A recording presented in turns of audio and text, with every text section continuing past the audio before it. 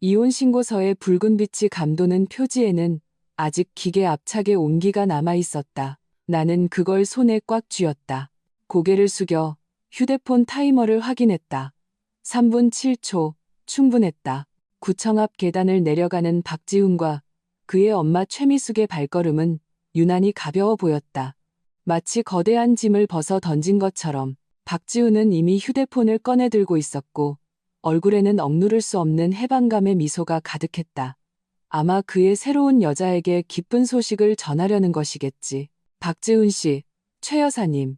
내 목소리는 크지 않았지만 그들의 거짓된 환희를 깨뜨리기엔 충분히 선명했다. 잠깐만요.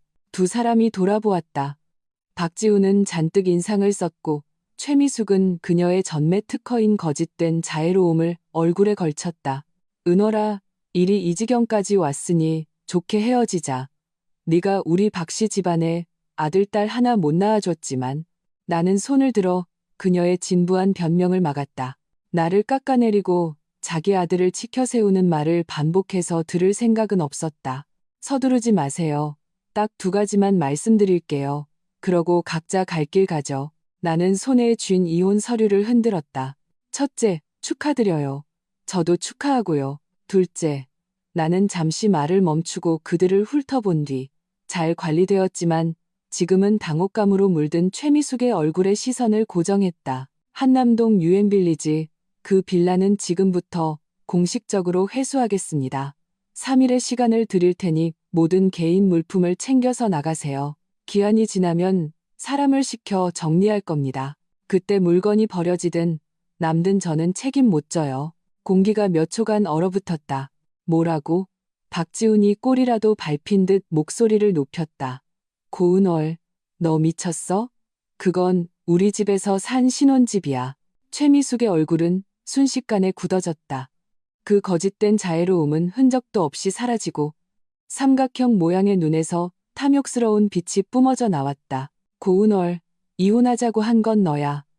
우리 지훈이가 대인배처럼 동의해줬더니 이제 와서 돈을 뜯어내려고. 그 빌라는 우리 박씨 집안이 피 같은 돈으로 산 거고 등기부등본에도 내 아들 이름만 올라 있어. 네가 무슨 자격으로 회수해. 나는 천천히 명품 가방에서 이 가방도 내가 번 돈으로 산 것이다. 접힌 서류 한 뭉치를 꺼냈다. 하지만 바로 펼치지는 않고 손바닥에 가볍게 탁탁 쳤다. 무슨 자격이냐고요? 나는 미소를 지었다. 집 살 때 냈던 50억 원. 단 한 푼도 빠짐없이 전부 제 개인 계좌에서 이체됐다는 사실. 그리고 최 여사님 아들 체면은 세워줘야 한다는 요구에 맞춰 박지훈 씨 단독 명의로 하는데 동의해줬다는 사실이죠. 아, 맞다. 나는 박지훈을 보았다. 그때 당신 아주 다정하게 말하지 않았어요? 자기야, 내 것이 곧 자기 것이고 자기 것이 곧 내 것이야. 누구 이름으로 하든 똑같아. 내가 사랑하는 건 자기라는 사람 그 자체야라고. 박지훈의 얼굴이 불그락 푸르락했다. 최미숙은 날카롭게 쏘아붙였다. 말만으로는 증거가 안 돼. 네 돈이라고 주장하면 다 내 돈이야? 그건 내 아들이 번 돈이고 네가 좋아서 같이 살자고 내놓은 돈이야. 이제 와서 이혼하니까 내 아들 재산을 통째로 빼가려고? 어림없어. 말뿐인 증거인지 아닌지는 곧 알게 되실 거예요. 나는 다시 휴대폰을 내려다보며 덧붙였다. 참고로 제가 회수라는 말을 꺼낸 순간부터 이미 1분이 지났어요. 이제 2일 23시간 59분 남았네요. 어디서 허세를 부려. 최미숙은 완전히 가면을 벗어던지고 내 코앞에 손가락질하며 소리쳤다. 네가 보통 내기가 아닐 줄 알았어. 이혼하고도 내 아들한테 딱 붙어서 피를 빨아먹으려는 거냐? 똑똑히 들어. 그 빌라는 내 아들 거야. 나중에 내 손주한테, 우리 박씨 집안의 대를 이을 손주한테 물려줄 거라고. 애도 못 낳는 주제에 어딜 감히 넘봐. 박지훈도 한 걸음 다가와 키로 나를 위협하려 했다. 고은월, 일을 너무 막 나가지 마. 우리가 함께한 정을 봐서라도 빌라 일은 문제 삼지 않을게. 하지만 오늘 한 말은 전부 취소하고 우리 엄마한테 사과해. 정? 나는 그의 눈에 담긴 계산적인 속셈과 새로운 여자의 비위를 맞추러 가고 싶어 안달난 초조함을 보며 비웃음이 나왔다. 지난 5년 내 눈은 정말 멀었었다. 사과. 이거부터 보시고 누가 사과해야 할지 결정하시죠. 나는 손에 든 서류를 내밀었다. 박지훈이 망설이다 서류를 낚아채 펼쳤다. 최미숙도 옆에서 들여다보았다. 그것은 은행 거래 내역서와 법률 의견서 사본 몇 장이었다. 주택 구매 자금의 출처를 명확히 보여주고 있었고 우리가 결혼하기 전에 서명한 해당 부동산의 출자 상황에 대한 변호사 입회 메모랜덤 사본도 포함되어 있었다. 박지훈의 얼굴은 눈에 띄게 창백해졌다. 종이를 쥔 손가락은 뼈마디가 하얗게 드러날 정도로 힘이 들어갔다. 이럴 리가 없어. 너 언제 이런 걸 준비한 거야? 그가 고개를 번쩍 들었다. 눈에는 충격과 혼란이 가득했다. 사람은 조심해야 하는 법이죠. 특히 당신네 어머님이 계속해서 우리 친정 재산까지 박씨 집안 것으로 만들려고 노리고 있을 때는요. 나는 차분하게 말했다. 아, 그리고 변호사 서한과 명도 통지서는 늦어도 내일 오전까지 그 빌라로 배달될 겁니다. 잘 확인하세요. 말을 마친 나는 더 이상 그 모자의 표정을 신경 쓰지 않고 길가에 미리 불러둔 차로 향했다. 기사가 차 문을 열어주었다. 내가 차에 오르려는 순간 뒤에서 최미숙의 통제 불능의 비명이 들려왔다. 고은월 너 감히 그 집은 내가 내 아들한테 준 예물이야. 내 아들은 곧 JS그룹 회장 따님하고 결혼한다고. 그건 우리가 김 회장 댁에 줄 예물이란 말이야. 가져갈 수 없어. 너 거기 안 서? 예물? 내 돈으로 산 집을 자기 아들이 재벌가 따님과 결혼하는데 예물로 쓴다고? 그 뻔뻔한 계산은 온 우주가 다 들을 정도였다. 나는 걸음을 멈추고 몸을 반쯤 돌렸다. 가방에서 작고 눈에 띄지 않는 벨벳 상자를 꺼내 그들 모자의 발치에 툭 던졌다. 상자는 바닥에 떨어지며 뚜껑이 열렸고 한때는 보물처럼 여겼지만 지금은 한없이 초라해 보이는 참깨 다이아 결혼 반지가 굴러나왔다. 햇빛 아래에서 애처로운 빛을 반사했다. 예물? 나는 차갑게 웃었다. 그 사람한테 직접 물어보시죠. 동의하는지. 서서히 올라가는 차창 너머로 최미숙이 순간 멍하니 있다가 그 반지를 향해 미친 듯이 달려드는 모습이 보였다. 그러다 뜨거운 것에 댄 듯 나를 보고 다시 아들을 보고 마지막에는 그 서류 뭉치를 뚫어져라 쳐다보았다. 온몸을 가을바람에 날리는 나뭇잎처럼 떨었다. 그녀의 얼굴은 거의 광기에 가깝게 일그러졌고 입에서는 알아들을 수 없는 신음이 터져나왔다. 안 돼. 고은월, 너 이럴 순 없어. 돌아와. 너 당장 돌아오란 말이야. 차는 부드럽게 도로에 합류했고 그 혼란과 비명은 멀리 사라졌다. 나는 뒷좌석에 기대어 눈을 감았다. 이건 시작에 불과해. 박지훈, 최미숙, 당신들이 내게서 빼앗아간 모든 것, 내가 하나도 빠짐없이 원금의 이자까지 쳐서 토해내게 만들어주겠어. 차가 두어 블록을 지나자 휴대폰이 미친 듯이 진동하기 시작했다. 보지 않아도 누구인지 알 수 있었다. 나는 바로 무음으로 바꾸고 옆자리에 던져두었다. 액정은 집요하게 켜졌다 꺼지기를 반복했다. 박지훈, 시어머니라는 이름이 번갈아 깜박이는 것이 마치 그들의 타들어가는 심정을 보여주는 듯했다. 나는 우리가 살던 집이라는 곳으로 가지 않았다. 대신 기사에게 시내 중심가에 있는 내가 결혼 전에 사둔 작은 오피스텔로 가달라고 했다. 그곳은 내가 사회생활을 시작하며 스스로에게 준 첫 선물이었다. 이혼 협의서에서 박지훈과 그의 엄마는 그 오피스텔을 거들떠보지도 않았었다. 이제 와서는 조용히 지내기에 안성맞춤이었다. 집에 들어서자마자 휴대폰이 다시 울렸다. 이번엔 절친 정아였다. 나는 스피커폰으로 전환하고 전화를 받으며 하이힐을 벗었다. 은월아, 어떻게 됐어? 서류는 받았고 언니 지금 법봉 부서지기 직전까지 쥐고 내 신호만 기다리고 있잖아. 변호사 특유의 날카로움이 섞인 서정아의 큰 목소리가 뚫고 들어왔다. 받았어. 3분 전에. 나는 물 한 잔을 따르며 스스로도 놀랄 만큼 차분한 목소리로 말했다. 통보도 했고 잘했어. 정아가 신나서 휘파람을 불었다. 그쪽 반응은 어때? 그 자리에서 바로 표정이 싹 바뀌면서 난리치지 않았어? 비슷했어. 최미숙 여사가 그러더라. 그 빌라는 자기 아들이 재벌가 따님이랑 결혼할 때 쓸 예물이니까 꿈도 꾸지 말라고. 나는 물을 한 모금 마셨다. 구청 앞에서부터 목에 걸려있던 차가운 기운이 따뜻한 물에 조금 씻겨 내려가는 듯했다. 예물? 미쳤나 봐. 정아의 목소리가 한 옥타브 높아졌다. 내 돈으로 산 집을 그 바람 피운 놈이 더 높은 곳으로 기어 올라가는 발판으로 쓴다고. 그 늙은 여우의 주판알 튕기는 소리가 여기까지 들린다. 아주 그냥 두 사람 뺨을 확. 폭력은 품이 없잖아. 나는 창가로 걸어가 아래에 붐비는 차들을 내려다보았다. 반지 던져주고 왔어. 그깟 싸구려 진작에 던져버렸어야지. 잠깐 정아는 예리하게 핵심을 짚었다. 재벌가 따님이라고. 어느 김씨? 보석 사업으로 시작한 JS그룹. JS그룹 김성진 회장? 최 여사가 그렇게 소리쳤다고? JS그룹 회장 따님이랑 곧 결혼한다고? 나는 미간을 짚었다. 전에 박지훈이 돈 많은 집 딸과 엮였다는 소문을 어렴풋이 들었는데 이렇게 대단한 집안일 줄은 몰랐다. JS그룹 김성진 회장. 이 도시 최고의 부자잖아. 부동산, 보석, 호텔까지. 정말 거물이네. 전화기 넘어가 몇 초간 조용해졌다. 이내 정아의 거의 고소하다는 듯한 비웃음이 들려왔다. 김성진 회장 딸, 나 알아. 김채원.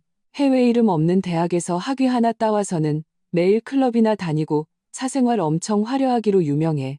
박지훈.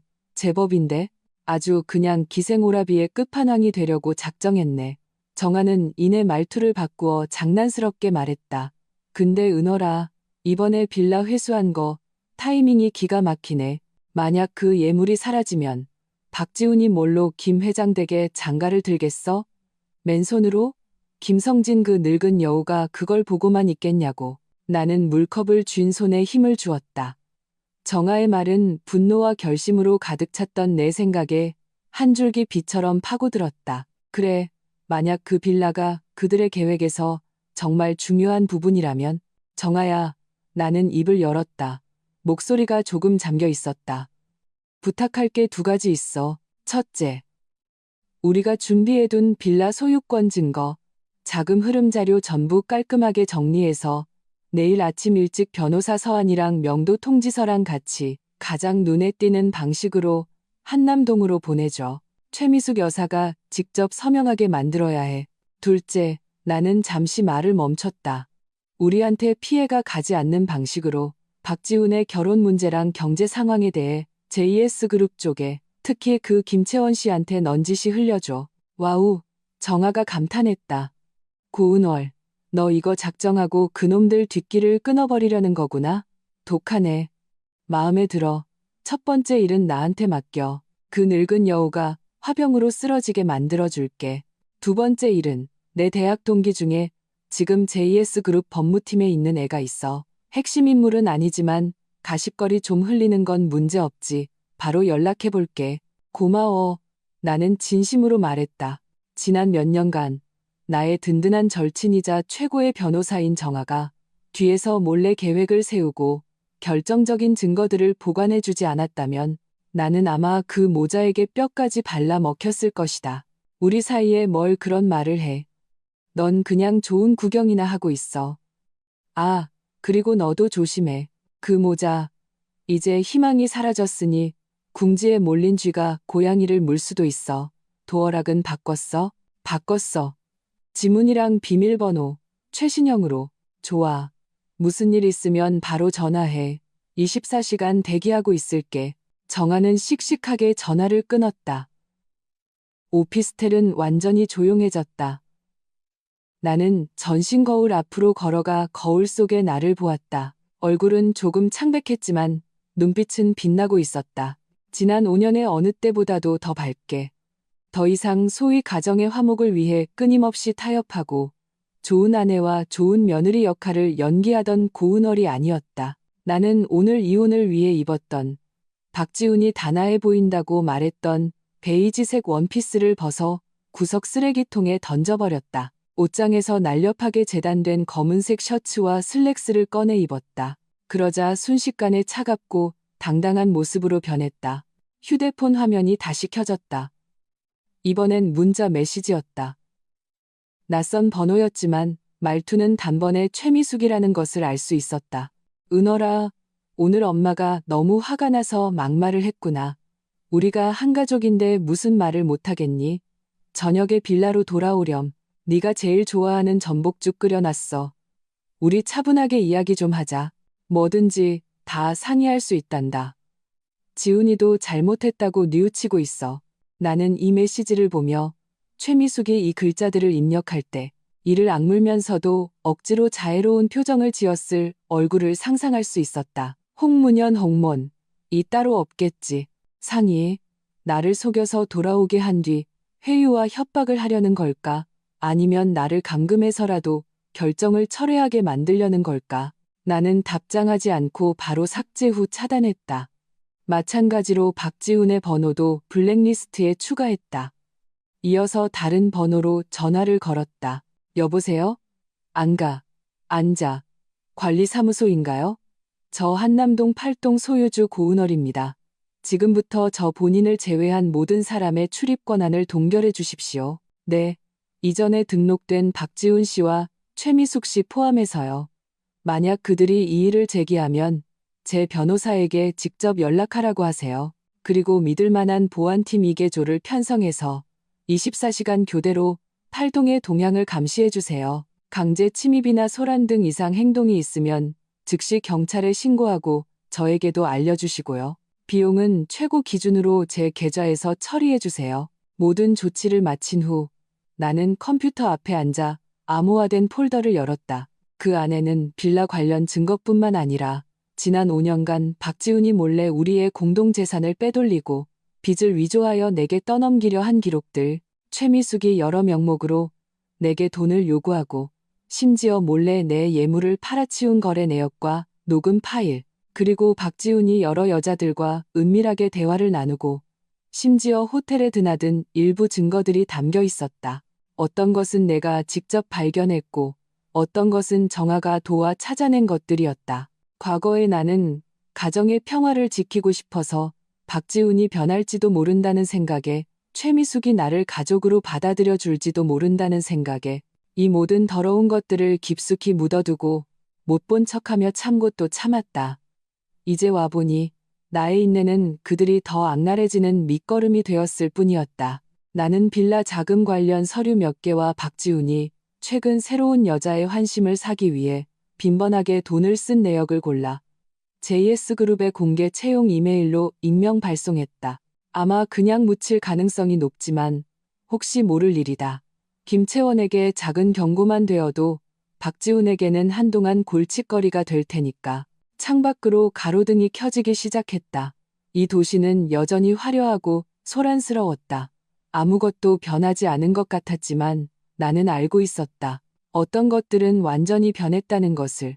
박지훈, 최미숙, 이혼 서류를 손에 쥐었으니 나라는 짐을 벗어던지고 당신들의 높은 곳을 향해 마음껏 기어오를 수 있을 거라 생각했겠지. 게임은 이제 막 시작됐을 뿐이다. 내 것은 내가 직접 되찾을 것이다. 당신들이 내게 빚진 것은 100배로 갚게 해주겠다. 정아의 행동은 내가 생각했던 것보다 훨씬 빨랐다. 다음 날 아침 9시 내가 오피스텔에서 업무 이메일 몇 개를 처리하고 있을 때 전화가 걸려왔다. 배경음으로는 차가 달리는 소리가 들렸다. 은월아, 처리 완료. 내가 직접 배달했는데 아주 그냥 제대로 쇼를 해주고 왔지. 정아의 목소리는 밤샘으로 조금 잠겨 있었지만 기운은 넘쳤. 하나는 공증받은 공식 변호사 서한에 은행 거래 내역서랑 메모랜덤 핵심 페이지 복사본 첨부했고 다른 하나는 3일 기한 명도 통지서야. 흰 종이에 검은 글씨로 똑똑히. 일부러 관리사무소 들러서 경비원들 보는 앞에서 최미숙 여사한테 건네줬어. 그 늙은 여우 얼굴이 그 자리에서 새파래지더라. 꼭 와사비 팩을 한 것처럼. 나는 그 장면을 상상할 수 있었다. 최미숙은 체면을 중시하는 사람이다. 특히 자신보다 아랫사람이라고 생각하는 서비스직 직원들 앞에서는 더더욱. 반응이 어땠어? 어땠겠어? 처음엔 우리가 사기꾼이고 서류를 위조했다면서 경찰에 신고하겠다고 소리 지르더라. 정아가 비웃었다. 난 그 말만 기다렸지. 바로 휴대폰 꺼내서 112에 전화했어. 그 여자 보는 앞에서 경찰한테 여기 타인의 거액 재산을 불법 점유한 사람이 있는데 감정이 격해져 있으니 경찰관이 와서 입회 좀 해달라고 말했지. 어떻게 됐을 것 같아? 바로 꼬리 내리더라. 허둥지둥 내 휴대폰 뺏으려고 달려드는데 경비원이 막았지.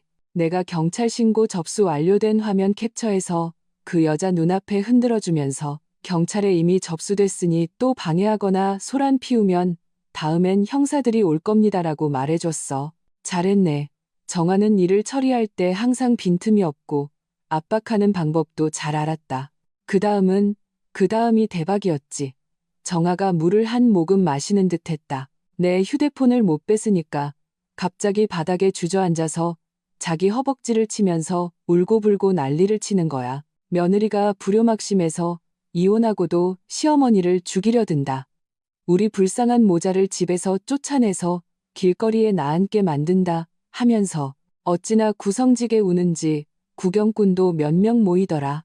근데 내가 또 준비성이 철저하잖아. 응. 내 비서가 옆에서 휴대폰으로 다 찍고 있었거든. 그 여자가 서류 받을 때부터 바닥에서 뒹굴 때까지 전부 고화질로. 내가 또 친절하게 구경하던 아주머니 한 분한테 알려줬지. 저기 바닥에 앉아 계신 사모님, 입고 계신 캐시미어 가디건이 최소 500만 원은 할 거고 손에 낀 오팔찌는 색깔 보니까 1억은 좋게 넘겠네요. 아드님은 수억 원짜리 스포츠카를 몰고 다니시고요. 길거리에 나앉게 생겼다는 저 시어머니. 믿음이 가시나요? 라고 정아의 웃음소리에 차가운 기운이 섞여 있었다. 그 아주머니 최미숙 여사를 보는 눈빛이 바로 바뀌더라. 주변 사람들도 수군거리기 시작했고 최미숙도 분위기가 이상한 걸 눈치챘는지 더는 못 울고 일어나서 나한테 욕하려고 하더라고. 내가 다시 휴대폰 녹화 화면을 그 여자 쪽으로 쓱 보여주니까 말이 목구멍에 걸려서 얼굴이 시뻘개졌어. 결국 그 서류 두 뭉치를 낚아채서 빌라 안으로 쏜살같이 들어가 버리더라. 문을 어찌나 세게 닫던지 천지가 울리는 줄 알았어. 빌라 쪽 경비는 잘 배치됐어? 나는 그게 더 궁금했다. 완벽하게. 이게 조가 교대로 철통 감시 중이야. 관리소장이랑도 깊은 대화를 나눴지. 소유주의 합법적인 권익은 반드시 보장되어야 하고 그렇지 않으면 관리사무소까지 같이 고소할 거라고. 그랬더니 아주 굽실거리면서 지나가는 파리 한 마리도 못 들어가게 하겠다고 장담하더라. 정아는 잠시 말을 멈추고 심각한 목소리로 말했다. 근데 은월아, 너 조심해야 해. 내가 떠날 때 백미러로 보니까 박지은 그놈 스포츠카가 쏜살같이 들어오더라. 아마 최미숙이 부른 구원투수겠지. 그 모자. 이제 막다른 골목에 몰렸으니 무슨 짓을 할지 몰라. 너 며칠 동안은 혼자 다니지 말고 집도 조심해. 알아. 고마워, 정아야. 마음속에 따뜻한 기류와 함께 차가운 투지가 솟아올랐다. 그들이 조급해할수록 내가 그들의 급소를 제대로 찔렀다는 증거니까. 우리 사이에 뭘. 아, 그리고 작은 에피소드가 하나 더 있어.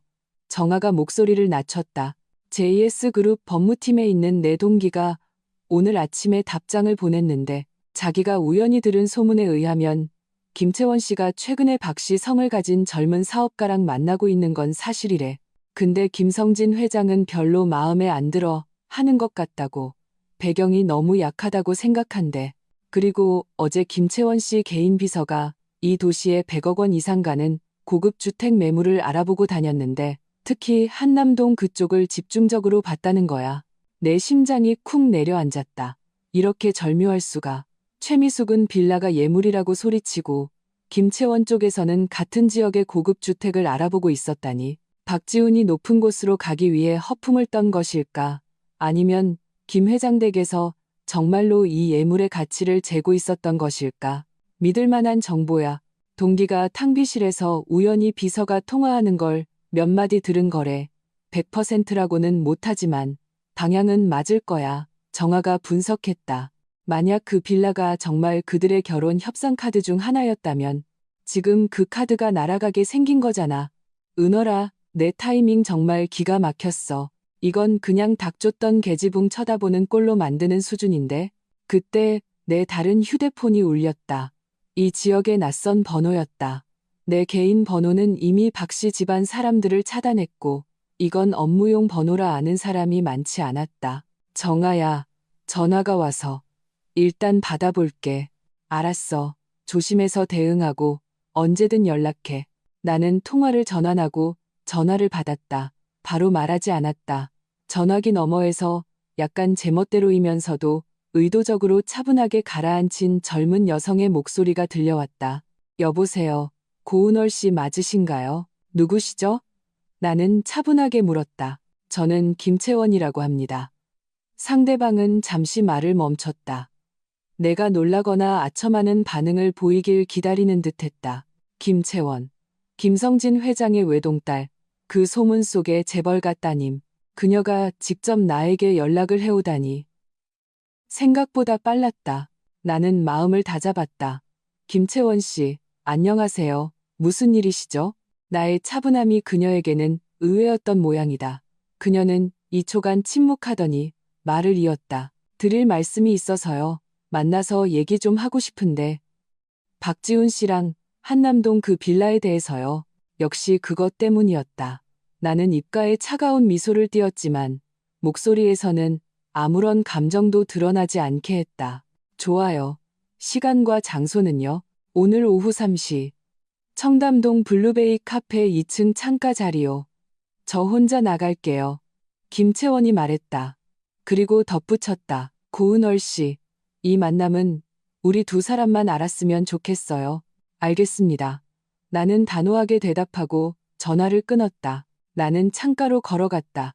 햇살이 조금 눈부셨다. 김채원이 직접 나를 찾아오다니 정아 동기가 들은 소문은 헛소문이 아니었나 보다. 이 연극에 조연이 벌써 등장하고 싶어 안달이 났군. 좋아. 박지훈 모자가 어떻게든 매달리려는 그 재벌가 따님이 도대체 어떤 사람인지, 또 내게서 뭘 얻고 싶은지 한번 보자. 오늘 오후의 만남은 예상치 못한 수확을 가져다 줄지도 모른다.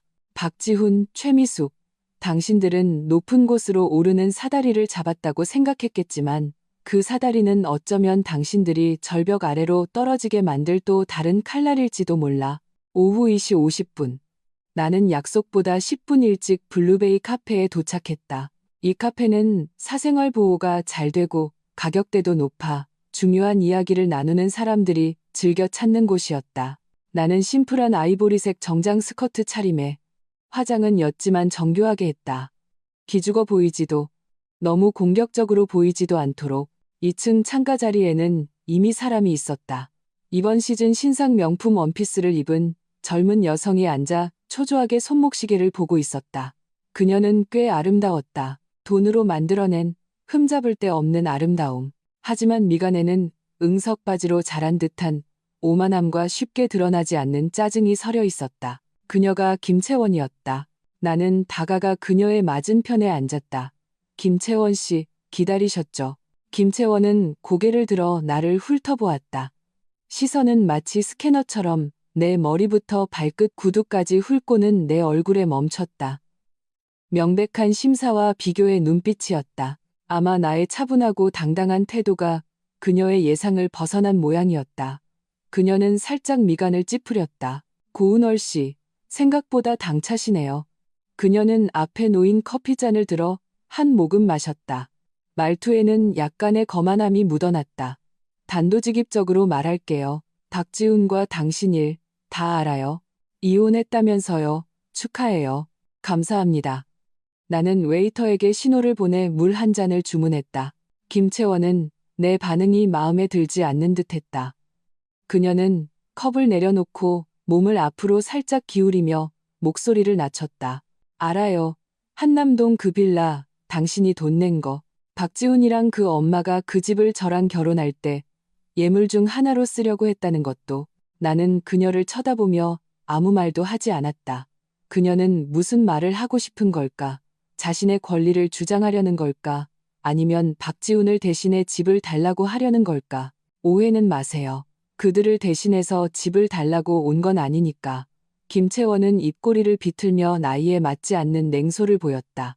그깟 돈, 저는 눈 하나 깜짝 안 해요. 우리 아빠는 더더욱 그렇고요. 그럼 김채원 씨가 오늘 저를 찾은 이유는 협력. 김채원은 두 글자를 뱉어내며 나를 뚫어져라 쳐다보았다. 당신이 집을 회수해서 그들을 공경에 빠뜨리려는 거 알아요. 제가 도와줄 수 있어요. 그들의 결말을 더 비참하게 만들어줄 수 있다고요. 나는 살짝 눈썹을 치켜 올리며 계속 말해보라는 신호를 보냈다. 이건 흥미로운 전개였다. 박지훈, 지난 6개월 동안 저를 쫓아다녔어요. 달콤한 말, 다정한 행동, 아주 완벽한 남자인 척했죠. 김채원은 차갑게 웃으며 무의식적으로 컵 가장자리를 만지작거렸다. 우리 엄마는 일찍 돌아가셨고 아빠는 바쁘셔서 제가 그런 거에 좀 약하거든요. 심지어 자기 엄마랑 우연히 마주친 척 연기까지 했어요. 그 최미숙이라는 여자, 연기력이 더 대단하더군요. 제 손을 잡고는 저를 보자마자 복덩이인 줄 알았다. 남편 복이 있다. 애도 못 낳는 전 며느리보다 100배는 낫다. 하면서 저도 거의 믿을 뻔했다니까요. 마음속이 싸늘해졌지만 표정은 변하지 않았다. 최미숙의 악랄함은 누구보다 내가 잘 알았다. 저도 그들의 거짓말을 정말 믿을 뻔했어요. 박지훈이 집안은 평범해도 성실하고 저를 진심으로 대하는 줄 알았죠. 엄마도 상냥한 분인 줄 알았고요. 김채원의 얼굴에 분노가 떠올랐다. 그러다 그저께 우리 아빠 개인 비서가 우연히 뭔가를 찾아 그제야 그 모자가 무슨 속셈이었는지 알게 됐죠. 진심, 전부 우리 아빠 돈, 우리 JS그룹 재산을 노린 거였어요. 박지훈은 밖에서 웬 모델 나부랭이랑 지저분하게 굴고 저한테 사준 선물도 전부 당신 돈으로 산 거였어요. 그 최미숙이라는 여자는 자기 친구들 모임에서 저랑 결혼하면 JS그룹 절반이 자기네 박씨 집안 것이 될 거라고 떠벌리고 다녔대요. 그녀는 말할수록 분노에 차호흡이 가빠졌다. 우리 아빠는 원래부터 박지훈 집안 배경도 별로고 속이 검다고 마음에 안 들어 하셨어요. 제가 계속 고집을 부려서 만났던 건데 이제 이런 일이 터지니 아빠가 화병으로 쓰러질 뻔했다니까요. 저를 집에 가두고 당장 헤어지라고 하셨죠. 하지만 전 억울해요. 지난 6개월 동안 바보처럼 놀아난 게 너무 분해서 이대로 끝낼 수 없어요. 이 분풀이를 하지 않으면 제 이름 김채원을 거꾸로 쓰겠어요. 그랬구나. 재벌가에 들어가는 게 그렇게 쉬운 일은 아니지. 김성진이라는 늙은 여우의 눈은 날카로웠다. 박지훈 모자의 계획은 아마 진작에 7, 8할은 들통났을 것이다. 그래서 김채원 씨는 어떻게 협력하고 싶으신데요? 나는 차분하게 물었다. 박지훈을 사회적으로 매장시켜서 이 도시에서 발도 못 붙이게 만들 거예요. 그 최미숙이라는 여자는 다시는 사람들 앞에 얼굴도 못 들고 다니게 할 거고요. 김채원의 눈에 분노가 번뜩였다. 당신이 집을 회수하는 건 좋은 시작이에요. 그 집이 없으면 그들이 뭘로 우리 아빠 앞에서 잘난 척을 하겠어요? 하지만 이걸로는 부족해요. 당신 손에 분명 다른 증거들이 더 있을 거예요. 그놈이 재산을 빼돌린 거, 그 엄마가 당신을 구박한 거, 그런 것들 다 터뜨리세요. 우리 아빠 쪽 언론 인맥을 동원해서 띄워줄게요. 그들을 전국적인 망신거리로 만들어주겠다고요. 그녀는 잠시 말을 멈추고 나를 보았다. 그 대가로 당신이 모르는 것들을 좀 드릴 수 있어요. 예를 들면 박지훈이 몰래 당신들, 아니 당신 개인 재산으로 무슨 암호화폐에 투자했다가 쫄딱 망하고 빚더미에 앉은 증거, 그리고 제 환심을 사려고 사채까지 끌어다 명품 가방이랑 시계를 산 기록 같은 거요. 이것만으로도 그놈은 경제적으로 재기불능이 될 거예요. 나는 조용히 들으며 머릿속으로 빠르게 계산했다. 김채원의 제안은 내게 득이 실보다 컸다. JS그룹의 언론을 이용하면 나의 복수는 더 빠르고 강력하게 퍼져나갈 것이다. 그녀가 제공하는 새로운 증거들은 설상가상 격이었다. 그리고 그녀는 순전히 분풀이를 위해 이렇게 하는 것이었다. 우리의 목표는 일치했고 당분간은 충돌할 일이 없었다. 김채원 씨, 나는 천천히 입을 열었다. 협력은 좋아요. 하지만 조건이 몇 가지 있어요. 말씀하세요. 첫째, 모든 행동의 주도권과 속도는 제가 결정합니다.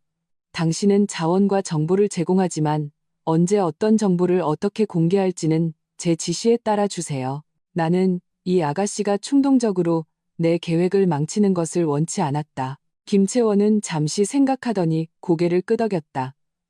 좋아요. 어차피 전 결과만 보면 되니까. 둘째, 저와 박지훈의 결혼 생활 세부 사항, 그리고 저와 최미숙의 개인적인 갈등에 대해 어떤 것을 공개하고 어떤 것을 공개하지 않을지에 대한 최종 결정권은 저에게 있습니다. 저 개인에게 불리한 내용이 퍼지는 것을 원치 않아요. 나는 내 사생활과 명예를 보호해야 했다. 문제 없어요. 제가 당신을 유명하게 만들어주려는 것도 아니니까요. 중요한 건 그들을 망신 주는 거잖아요. 김채원은 흔쾌히 동의했다. 셋째, 오늘 우리의 만남과 대화는 비밀로 합니다. 적어도 이 일이 끝나기 전까지는 우리 사이에 연락이 있었다는 것을 제3자가 알아서는 안 돼요. 정자거래 성립. 김채원은 손을 내밀었다. 그럼 우리의 협력이 성공적이길 빌어요. 그 인간 쓰레기 모자에게 제대로 한 방 먹여주자고요. 나는 바로 그녀의 손을 잡지 않고 그녀를 보았다. 김채원 씨, 질문이 하나 더 있어요. 아버님, 김 회장님은 이 일에 대해 어떤 태도를 가지고 계신가요? 혹시 최종적으로 박지훈을 감싸고 개입하실 가능성은 없나요? 만약 김 회장님이 따님의 평판이나 다른 이유 때문에 이 일을 강제로 덮으려고 한다면 제 계획에 차질이 생길 수 있으니까요. 김채원의 얼굴에 잠시 부자연스러운 기색이 스쳤다. 이내 그녀는 흥 하고 콧방귀를 뀌었다. 우리 아빠요? 지금 당장이라도 자기 딸을 속인 박지훈을 갈기갈기 찢어버리고 싶어 하세요. 감싸주기는커녕 오히려 한 발 더 밟아서 우리 김씨 집안을 속이면 어떻게 되는지 똑똑히 보여주실 거예요. 걱정 마세요. 그거면 됐어요. 나는 손을 내밀어 그녀의 손을 가볍게 잡았다. 협력 기대할게요. 카페를 나올 때 햇살이 좋았다. 나는 차에 앉아 바로 시동을 걸지 않았다. 김채원의 가세로 이 복수극은 더 복잡해졌고 동시에 더 강력해졌다. 박지훈, 최미숙, 당신들은 하늘로 오르는 사다리를 잡았다고 생각했겠지만 그게 당신들을 절벽으로 밀어 떨어뜨리는 추진기가 될 줄은 몰랐겠지. 기대해. 이제부터 좋은 구경거리가 줄줄이 이어질 테니 정아, 김채원과 연락을 마친 후 빌라 회수 작전은 본격적으로 시작되었다. 3일째 되는 날 아침, 나는 박지훈 모자에게 시간을 더 끌 기회를 주지 않았다. 바로 정아와 그녀의 로펌 직원 2명, 그리고 관리소장과 보안요원 4명을 대동하고 한남동으로 향했다. 한때 우리 집이라고 불렀던 익숙한 빌라의 철문 앞에 섰을 때 내 마음은 고요했다. 정아가 보안요원에게 초인종을 누르라고 신호를 보냈다. 인터폰에서 즉시 최미숙의 날카롭고 당황한 목소리가 흘러나왔다. 누구세요? 최 여사님. 관리소장이 딱딱하게 입을 열었다. 말투는 공손했지만 단호했다. 관리사무소입니다. 소유주이신 고은월 여사님과 함께 주택 인수를 위해 왔습니다. 문을 열고 협조해 주십시오. 무슨 소유주? 내가 여기 주인이야. 여긴 우리 집이라고. 고은월 걔가 뭔데? 문 안 열어. 당신들 이거 무단 침입이야. 경찰에 신고할 거야. 최미숙의 목소리는 스피커를 통해 왜곡되어 히스테릭하게 들렸다. 정아가 짜증스럽게 혀를 차며 내 손에서 서류 한 부를 받아 카메라 앞에 들어보였다. 최 여사님, 똑똑히 보세요. 이건 법원에서 발부한 재산 보전 통지서 사본과 고은월 여사님이 이 부동산의 유일한 출자자임을 증명하는 공증 서류입니다. 저희는 지금 합법적으로 주택을 인수하는 중입니다. 계속 문을 열지 않으시면 열쇠공을 불러 강제로 문을 열겠습니다. 모든 손실과 법적 책임은 여사님께서 지셔야 합니다. 아, 그리고 경찰은 이미 오고 있는 중이니 제가 다시 한번 신고해 드릴까요? 인터폰 너머로 거친 숨소리와 희미한 욕설이 들렸다. 몇 초 후 문이 철컥 소리를 내며 열렸다. 정아가 나에게 눈짓했다. 우리 일행은 안으로 들어갔다. 빌라 안은 난장판이었다. 지난 이틀간 그 모자가 얼마나 격렬하게 보냈는지 알 수 있었다. 최미숙은 거실 중앙에 서 있었다. 잿빛 얼굴의 눈은 충혈되어 있었고 나를 죽일 듯이 쏘아보고 있었다. 박지훈은 보이지 않았다. 아마 밖에서 방법을 찾으러 분주하게 돌아다니거나 무서워서 숨어 있는 것이겠지. 고은월 이 악독한 것. 우리 모자를 죽여야 속이 시원하겠니? 최미숙이 내 팔을 잡으려 달려들었지만 보안 요원 중 한 명이 재빨리 막아섰다. 최 여사님, 행동 조심하십시오. 정아가 차갑게 말했다. 저희가 오늘 온 것은 명도 집행을 감독하기 위함입니다. 통지서에 따라 3일의 시간은 끝났습니다. 즉시 개인 물품을 챙겨서 나가 주십시오. 이곳의 모든 고정된 인테리어와 가구, 가전제품은 부동산 부속물이므로 가져가실 수 없습니다.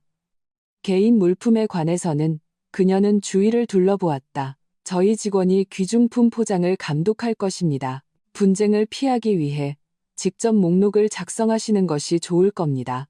여긴 내 집이야. 이 물건들 다 내가 산 거라고. 네가 뭔데 못 가져가게 해.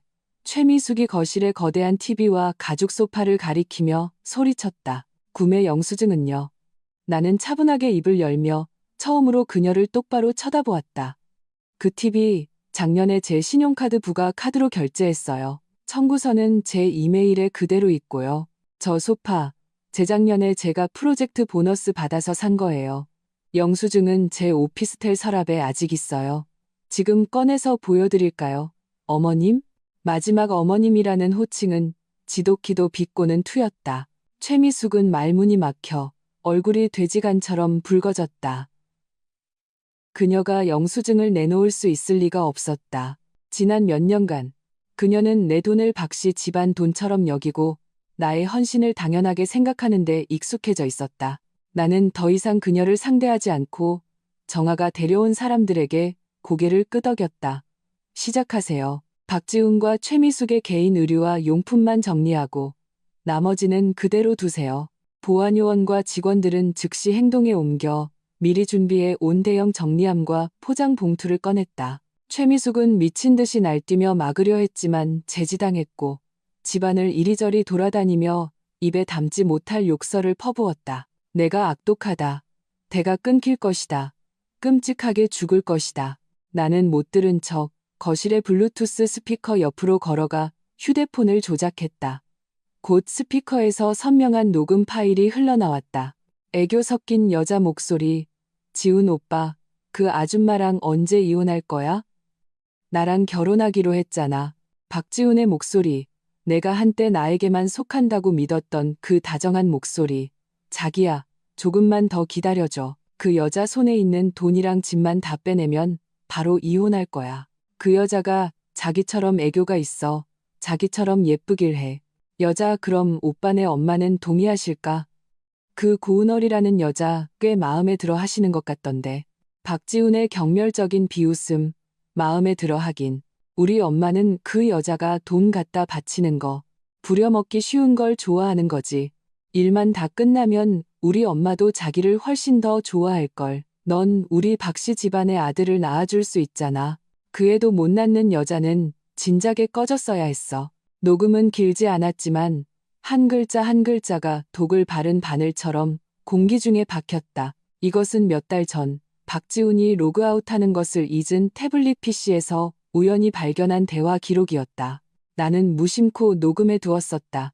당시에는 마음이 차갑게 식었지만 지금은 최고의 무기가 되었다. 최미숙의 욕설이 뚝 그쳤다. 그녀는 믿을 수 없다는 듯 스피커를 노려보았다. 마치 처음으로 자기 아들의 진짜 모습을 본 것처럼. 거실에서 분주하게 움직이던 보안요원과 직원들도 동작을 늦추고 각기 다른 표정을 지었다. 지훈아, 너 무슨 헛소리를 하는 거야? 최미숙이 정신을 차리고 스피커를 향해 소리쳤다. 마치 그렇게 하면 녹음 내용을 부정할 수 있다는 듯이. 나는 녹음을 끄고 최미숙의 창백한 얼굴을 훑어보았다. 들으셨죠? 이게 당신이 입만 열면 칭찬하던 성실하고 효심 깊은 아들이에요. 그리고 당신 입으로 애도 못 낳고 당신 아들에게 과분하다던 제가 5년간 한 입을 덮고 산 남편이고요. 두 분 모자 정말 천생연분이네요. 그때 현관문이 벌컥 열리며 박지훈이 헐떡이며 뛰어들어왔다. 최미숙의 전화를 받고 달려온 모양이었다. 그는 집안의 상황과 나, 그리고 바닥에 쌓이기 시작한 상자들을 보고 얼굴이 굳어졌다. 고은월, 너 도대체 뭘 어쩌자는 거야? 그가 나를 향해 소리쳤다. 주먹은 꽉 쥐어져 있었다. 어쩌긴요. 나는 그의 분노에 찬 시선을 마주하며 비웃음이 나왔다. 내 것을 되찾고 당신들을 내 집에서 내보내는 것. 아주 간단하죠. 여긴 우리 집이야. 법적으로도 사실적으로도 더 이상 아니에요. 정아가 서류를 들어 보였다. 박지훈의 가슴이 거칠게 오르내렸다. 그의 시선은 최미숙, 녹음이 흘러나왔던 스피커, 그리고 그의 한정판 신발들을 포장하는 직원들을 차례로 훑고는 다시 내 얼굴에 멈췄다. 그 눈에는 분노, 창피함, 그리고 막다른 골목에 몰린 공포가 뒤섞여 있었다. 그는 아마 마침내 깨달았을 것이다. 내가 허세를 부리는 것도, 투정을 부리는 것도 아니라는 것을. 내가 정말로 그들과 완전히 등을 돌리고 그들을 빈털터리로 만들 작정이라는 것을. 은월아.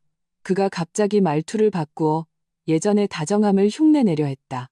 우리 그래도 부부였잖아. 왜 이렇게까지 해야 해? 너 예전엔 이런 사람 아니었잖아. 내가 잘못했어. 내가 너한테 잘못했어. 엄마는 연세가 많으셔서 말씀이 좀 거치신 거야. 예정을 봐서라도 한 번만 봐줘. 우리한테 살기를 좀 열어줘. 이 집 우리한테 정말 필요해. 나랑 채원이, 당신과 김채원 씨가 필요한 게 저랑 무슨 상관이죠? 나는 그의 말을 잘랐다. 목소리는 얼음장처럼 차가웠다. 박지훈 씨, 당신의 살 길은 내가 막은 게 아니에요. 당신 스스로, 그리고 당신 어머니가 한 걸음, 한 걸음 오늘 이 지경까지 온 거죠. 예정, 당신들이 내 돈을 계산하고, 당신이 바람 피우고, 당신 어머니가 99도에 끓는 물을 내게 끼얹었을 때, 그 정은 한 톨도 남지 않았어요. 부디 나는 몸을 돌려 현관문을 가리켰다. 당신들 물건 가지고 당장 내 집에서 나가주세요. 빌라 안의 공기가 몇 초간 얼어붙었다. 박지훈의 얼굴에서 위선과 애원이 썰물처럼 빠져나가고 모든 것이 탄로난 후에 뒤틀린 분노만 남았다. 최미숙은 바닥에 주저앉아 허벅지를 치며 다시 울부짖기 시작했다. 이번에는 진정한 절망이 섞여 있었다. 아이고, 세상에. 며느리가 시어머니를 죽이려 드네. 이 집은 내 아들 신혼집이고 우리 목숨줄인데. 정아가 지겹다는 듯 손목시계를 보며 보안요원에게 신호를 보냈다. 두 분, 빨리 짐을 싸시거나 아니면 저희가 싸서 밖으로 내놓겠습니다. 보안요원들이 한 걸음 다가서자 태도가 더 강경해졌다. 박지훈은 오늘 이 상황을 되돌릴 수 없다는 것을 깨달았다. 그는 나를 독이 든 칼날 같은 눈빛으로 쏘아보았다.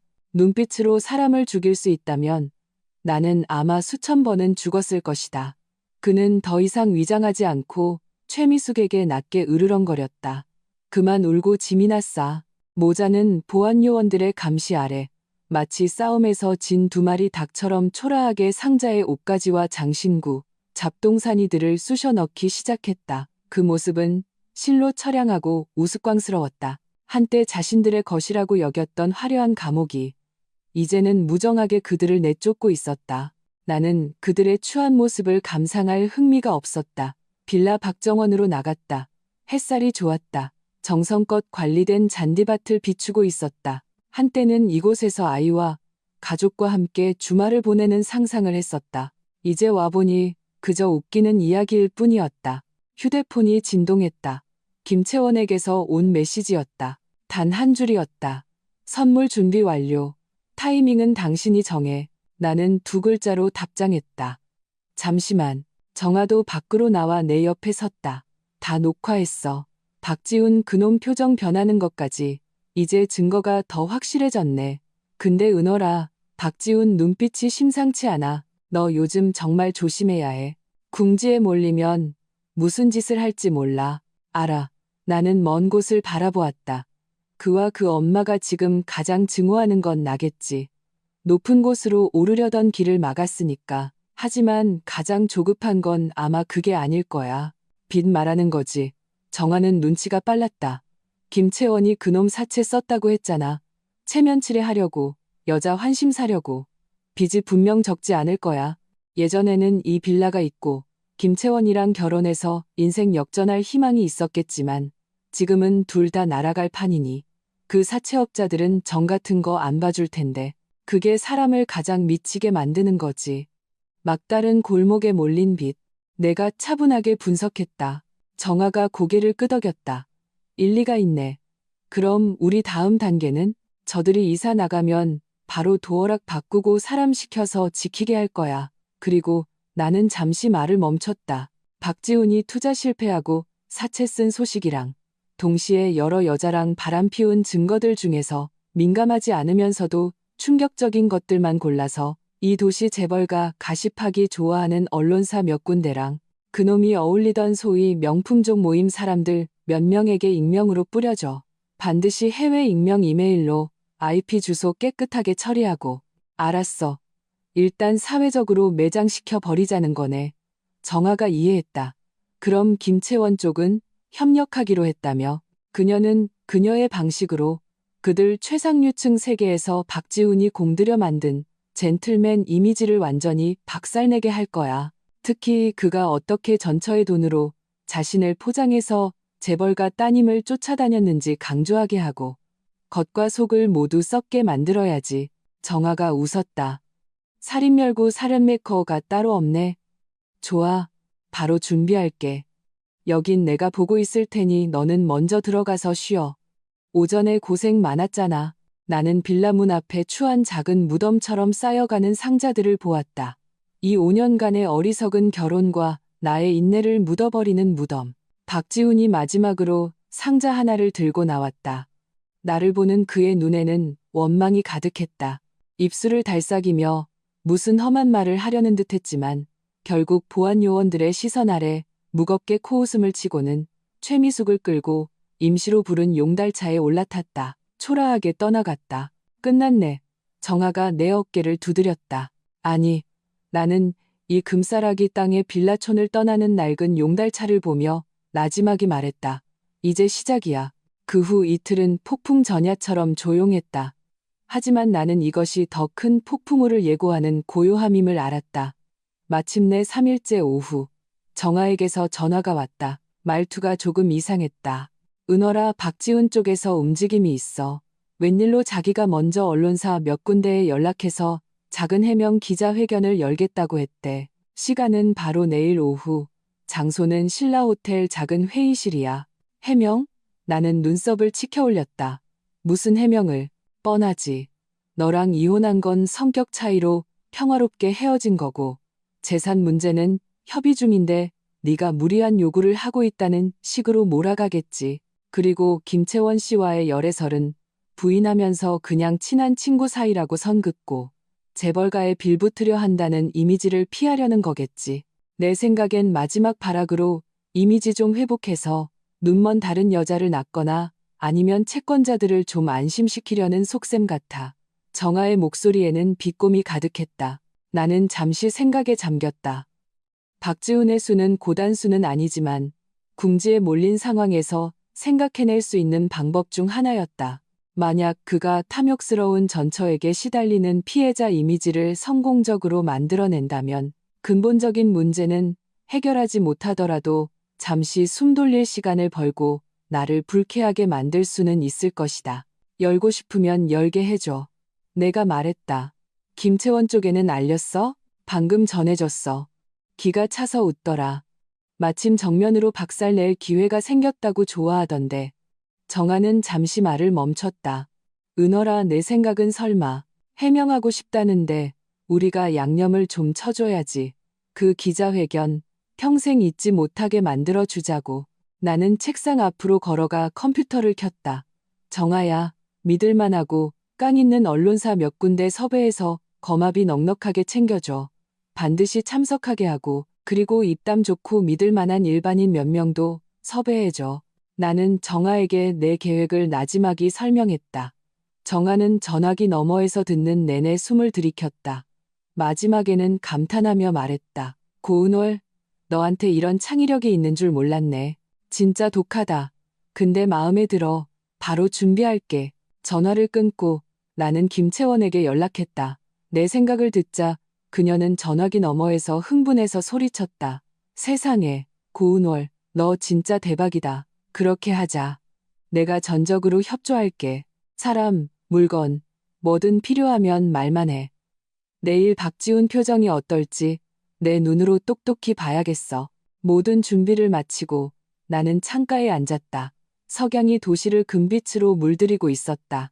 박지훈, 내가 연기를 하고 싶다면 내가 더 큰 무대를 차려주지. 다만 이 연극을 어떻게 이끌어갈지는 아마 내 뜻대로 되지는 않을 거야. 내일 내가 보내는 이 성대한 선물을 마음에 들어 하길 바라. 신라 호텔의 작은 회의실 밖에는 생각보다 많은 사람들이 모여 있었다. 박지훈이 직접 연락한 몇몇 지역 가신 매체 외에도 정아가 섭외한 날카로운 비평으로 유명한 온라인 매체들도 섞여 있었다. 카메라들은 이미 자리를 잡고 있었다. 김채원은 어떤 수를 썼는지, 평소 SNS에서 재벌가 스캔들을 평론하는 유명 인플루언서 몇 명까지 데려와 한쪽에서 웃고 떠들며 구경할 준비를 하고 있었다. 나와 정아는 책넓은 모자와 선글라스를 쓰고 구석에 눈에 띄지 않는 자리에 앉았다. 김채원은 우리와 함께 앉지 않았다. 오늘 그녀는 주인공이었으니까. 박지훈과 최미숙은 시간을 딱 맞춰 이른바 친구라는 사람들에게 둘러싸여 들어왔다. 박지훈은 잘 다려진 정장으로 갈아입고 머리도 깔끔하게 빗어 넘겼다. 얼굴에는 초췌함을 가리기 위해 얇게 파운데이션까지 바른 듯 했지만 눈 밑에 다크서클과 굳게 담은 입술이 그의 상태를 말해주고 있었다. 최미숙도 억지로 기운을 낸 듯 화려한 색의 개량 한복을 입고 내가 선물했던 진주 목걸이를 목에 걸고 있었다. 하지만 불안한 눈빛으로 계속 입술을 깨물었고 비싸 보이는 핸드백을 꽉 쥐고 있었다. 그들이 나타나자 기자들의 렌즈가 일제히 그들을 향했고 플래시가 터졌다. 박지훈은 이런 주목을 즐기는 듯 가슴을 펴고 억지 미소를 지으며 임시로 마련된 연단으로 걸어갔다. 오늘 와주신 기자 여러분, 감사합니다. 그가 일부러 낮고 안정적인 목소리로 입을 열었다. 최근 저 개인에 대한 근거 없는 소문들로 인해 제 생활과 업무에 큰 지장이 있었고 제 가족에게도 상처가 되었습니다. 오늘 이 자리에서 몇 가지 점을 명확히 하여 소문이 진실을 이기지 못하기를 바랍니다. 그는 먼저 비통한 표정으로 성격 차이로 평화롭게 이혼했다는 이야기를 늘어놓으며 내가 집착이 강하고 소통이 불가능했다는 식으로 이혼의 원인을 모호하게 내게 떠넘겼다. 이어서 그는 화제를 바꾸어 빌라 문제에 대해 설명하기 시작했다. 한남동 부동산에 관해서는 저와 전처의 혼인기간 중 형성된 공동재산으로 현재 정상적인 법적 협의 및 분할 단계에 있습니다. 특정인이 일방적으로 완전한 소유권을 주장하며 제 노모를 극단적인 방법으로 내쫓았다는 것은 전혀 사실이 아니며 법에 대한 왜곡이자 어른에 대한 심각한 무례입니다. 그는 의로운 척 말하며 눈시울까지 붉혔고 옆에서 고개를 숙이고 눈물을 훔치는 최미숙을 바라보았다. 제 어머니는 연로하시고 몸도 편찮으신데 최근 이런 헛소문과 괴롭힘으로 밤낮으로 편히 주무시지 못하고 계십니다. 아들로서 저는 깊은 슬픔과 죄책감을 느낍니다. 최미숙은 타이밍에 맞춰 흐느끼며 완벽한 호흡을 보여주었다. 박지훈은 큰 결심을 한 듯 심호흡을 했다. 마지막으로 저와 김채원 씨의 스캔들에 대해 말씀드리겠습니다. 김채원 씨는 훌륭한 가문과 재능을 겸비한 제가 매우 존경하고 아끼는 친구입니다. 하지만 저희는 그저 평범한 친구 사이일 뿐입니다. 일부 악의적인 사람들이 저와 김채원 씨의 정상적인 교제를 왜곡하여 김채원 씨의 명예를 훼손하고 자신들의 불순한 목적을 이루려 하고 있습니다. 저희가 참으로 비열합니다. 저는 이 자리에서 명백히 밝히며 유포자에 대한 법적 책임을 물을 권리를 포기하지 않겠습니다. 그의 연설은 자신을 전처에게 시달리는 피해자이자 효자, 그리고 여성을 존중하는 신사로 포장하는 완벽한 콤보였다. 그의 실체를 몰랐다면 나조차도 그 연기에 감동할 뻔했다. 기자석에서 웅성거리는 소리가 들렸고 박지훈의 얼굴에 희미한 만족감이 스쳤다. 그는 헛기침을 했다. 자, 제 발언은 여기까지입니다. 여러분의 귀한 시간을 뺏지 않고 불필요한 오해를 피하기 위해 오늘은 질문을 받지 않겠습니다. 감사합니다. 질문을 안 받겠다고 어림없지. 그가 연단을 내려오려 할 때 정아가 미리 섭외해둔 기자가 갑자기 손을 들고 큰 소리로 외쳤다. 박지훈 씨, 빌라가 공동 재산이고 협의 중이라고 하셨는데 저희가 확인한 바에 따르면 해당 부동산의 출자 증명서에는 자금이 전적으로 전처이신 고은월 씨 개인 계좌에서 나왔다고 명시되어 있습니다. 이에 대해 어떻게 설명하시겠습니까?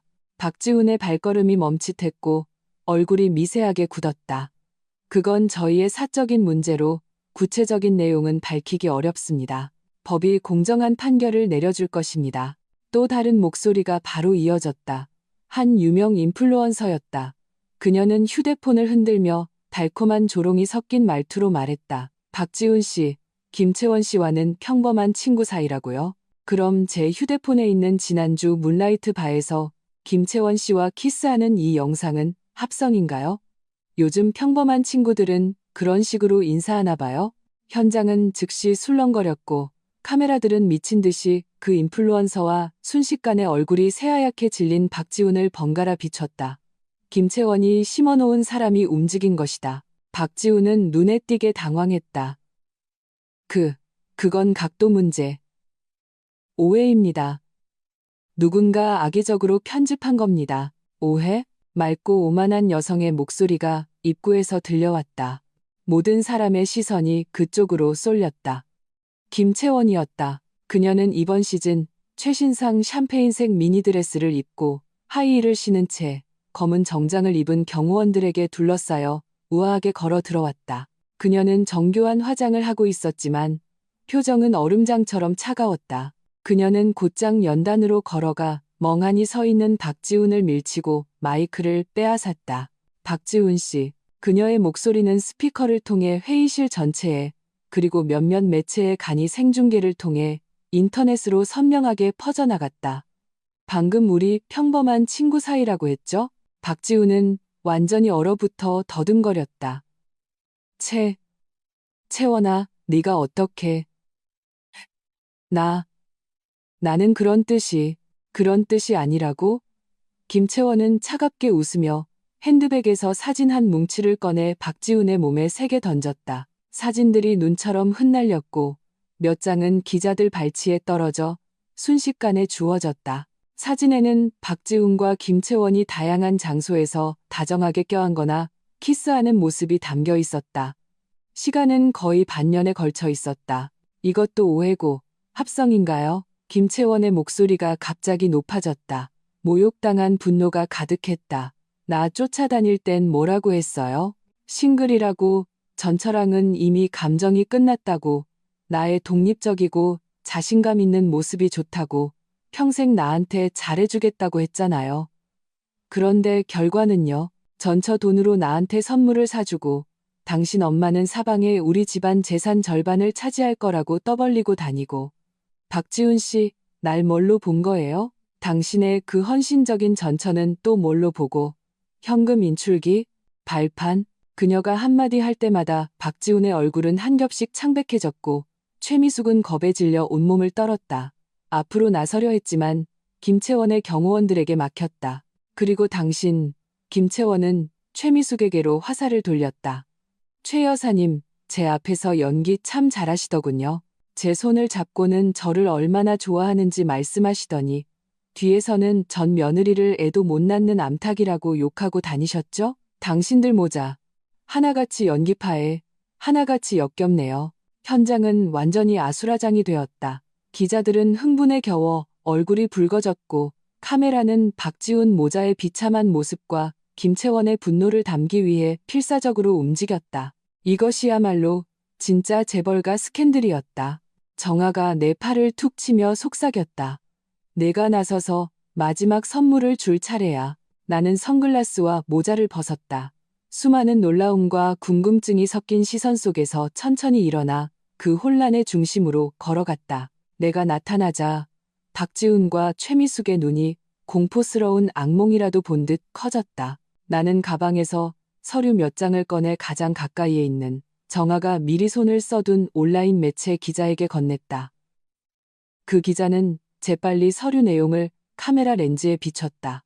박지훈 씨가 법을 언급하셨으니 내 목소리는 크지 않았지만 김채원이 아직 놓지 않은 마이크를 통해 선명하게 퍼져나갔다. 여기 참고할 만한 서류 두 가지가 있습니다. 하나는 법원에서 방금 발부한 한남동 빌라 소유권 분쟁에 대한 소송 전 보전 처분 결정서 사본입니다. 여기에는 명확히 원고 고은월 씨가 제공한 출자 증명이 충분하므로 재산 이전 방지를 위해 해당 부동산은 소송 기간 동안 어떠한 형태의 거래나 담보 설정도 금지하며 사용권 또한 잠정적으로 원고에게 귀속된다고 적혀 있습니다. 즉, 박지훈 씨와 당신의 어머니는 지금 옷 한 벌 가지러 가는 것조차 재서면 동의나 법원의 허가가 필요하다는 뜻입니다. 다른 하나는 나는 카메라 아래의 두 번째 서류를 가리켰다. 박지훈 씨 명의의 일부 채무 통계와 관련 채권자들이 법원에 재산 보전을 신청한 통지서입니다. 잠정 집계된 채무액은 은행 대출, 신용카드 연체, 그리고 다수의 소액 인터넷 대출을 포함하여 총액 약 120억 원입니다. 제가 알기로 박지훈 씨는 현재 안정적인 고액 수입원이 없는 것으로 아는데 이 채무를 어떻게 상환할 계획이신가요? 당신 입으로 평범한 친구라는 김채원 씨의 돈으로 갚을 건가요? 아니면 법적 절차에 들어가 소유권도 불분명한 공동재산 빌라에 기댈 건가요? 두 서류는 두 개의 폭탄처럼 박지훈의 마지막 남은 체면을 산산조각냈다. 기자들은 미친 듯이 셔터를 눌렀고 질문들이 새하얗게 질린 박지훈에게 쏟아졌다. 박지훈 씨, 해명해 주십시오. 채무 문제가 급하게 결혼하려던 이유입니까? 어머니는 이 빚에 대해 알고 계셨습니까? 김채원 씨는 알고 계셨나요? 박지훈은 연단에 갇혀 허둥지둥 손으로 렌즈를 가리며 횡설수설했다. 아, 아닙니다. 이건 거짓말이야. 음모라고. 난 그런 적. 최미숙은 짧은 비명을 지르더니 눈을 뒤집고 그대로 쓰러졌다. 현장은 다시 한번 아수라장이 되었다. 나는 더 이상 그들을 쳐다보지 않았다. 수많은 렌즈와 시선 속에서 몸을 돌려 차분하게 출구를 향해 걸어갔다. 김채원도 차갑게 코웃음을 치며 마이크를 던지고 경호원들의 호의를 받으며 나를 따라 그 역겨운 장소를 떠났다. 뒤에서는 박지훈의 무너지는 절규와 기자들의 추격하는 소음이 들려왔다. 앞에는 복도 끝에서 비쳐 들어오는 밝은 빛이 있었다. 그가 공들여 준비한 해명 기자회견은 완전히 그의 심판대이자 장례식장이 되었다. 사회적 죽음? 아니, 이건 충분하지 않다. 내가 원하는 것은 그들 모자가 자신들이 저지른 모든 일에 대해 진짜 대가를 치르는 것이다. 나와 김채원은 호텔 지하 주차장에서 각자의 길로 헤어졌다. 그녀는 차에 오르기 전 차창 너머로 나에게 엄지손가락을 치켜 세웠다. 얼굴에는 통쾌함과 함께 희미한 피로감이 섞여 있었다. 이 연극에 그녀는 몰입했고 그만큼 감정을 소모했을 것이다. 나는 그녀에게 가볍게 고개를 숙여 인사하고 그녀의 차가 떠나는 것을 지켜보았다. 정아가 운전하는 차를 타고 오피스텔로 돌아오는 길, 그녀는 휴대폰으로 실시간 동향을 확인하며 입가에 미소를 멈추지 못했다. 터졌다. 터졌어. 완전히 터졌네. 그녀는 휴대폰 화면을 내게 보여주었다. 박지훈, 기자회견, 대참사, 재벌가따님, 기생오라비, 저격, 전처, 거액채무, 폭로 같은 해시태그들이 놀라운 속도로 실시간 검색어 순위를 장악하고 전국 순위로까지 퍼져나가고 있었다. 특히 김채원이 사진을 던지는 장면과 내가 법적 서류를 제시하는 장면은 각종 짧은 영상으로 편집되어 미친 듯이 퍼져나갔다. 박지훈, 이젠 전국구 스타가 됐네. 정아는 댓글 창을 훑으며 말했다. 봐봐. 기생오라비의 정석, 마마보이, 빚만 120억. 요즘 네티즌들 재치 장난 아니네. 걔 친구라는 놈들은 이제 와서 누구보다 빨리 관계를 끊고 있고 SNS도 다 지웠대. 전에 걔랑 썸 탔던 인플루언서들도 나서서 폭로 영상을 올리고 있네. 정말이지 담벼락이 무너지니 모두가 밀어대는구나.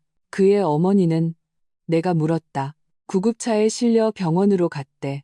근데 현장 영상 보니까 화병에 연기까지 더한 것 같더라. 지금 인터넷에는 걔가 예전에 아들 자랑하고 전 며느리 깎아내리던 발언들 캡처가 다 돌아다녀. 기자회견 전에는 명품으로 치장하고 기자회견장에서는 가난한 척 연기하는 비교 사진도 짤로 만들어졌어. 여우주연상급 연기력, 변신의 귀재라는 제목으로 정아가 비웃었다. 그 모자, 원하던 대로 아주 그냥 제대로 유명해졌네. 나는 의자의 등을 기대고 빠르게 지나가는 창밖 풍경을 보았다. 복수의 쾌감은 있었지만 그보다는 공허함 뒤에 찾아오는 평온함이 더 컸다. 이 5년간의 잘못된 시간은 마침내 처절한 방식으로 마침표를 찍었다. 빌라 쪽은 어때? 내가 물었다. 도어락 전부 교체했고 보안 요원이 24시간 지키고 있어. 파리 한 마리도 못 들어가. 관리사무소도 이제 엄청 신경 쓰더라. 네가 불만이라도 가질까봐 전전긍긍이야. 정아는 휴대폰을 내려놓고 진지하게 말했다. 근데 은어라, 이제부터 더 조심해야 해. 박지우는 이제 사회적으로 매장당하고 빚에 쪼들리고 김채원한테 공개적으로 망신까지 당했잖아. 이성을 잃을까봐 걱정돼.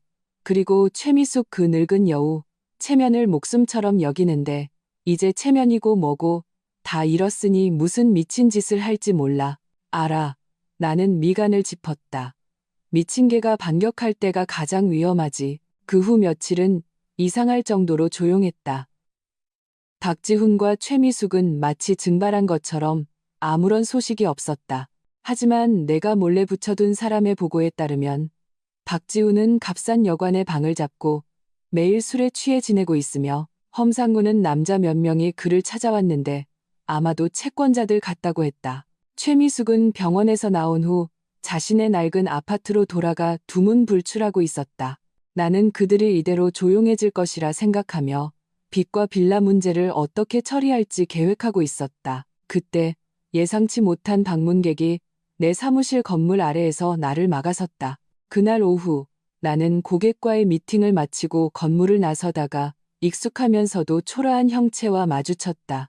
최미숙이었다. 불과 며칠 사이에 그녀는 10년은 늙어 보였다. 비싼 개량 한복은 온데간데 없고 색이 바랜 낡은 속옷을 입고 있었다. 머리는 헝클어져 있었고 눈밑은 퉁퉁 부어 있었다. 얼굴에는 과거의 억지스러운 품위는 사라지고 잿빛 절망만 남아 있었다.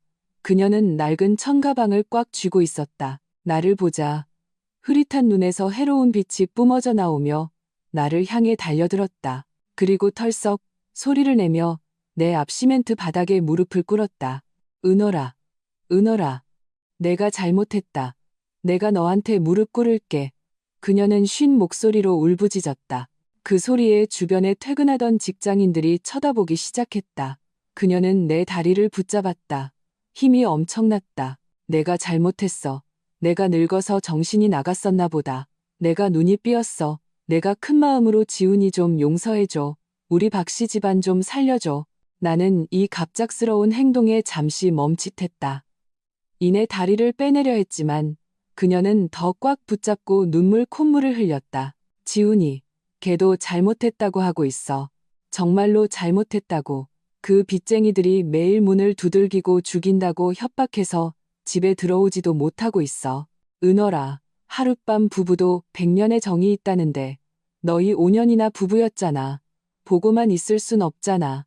제발, 제발 자비를 베풀어서 그 사람들한테 말 좀 해줘. 빌라, 우리 안 가질게.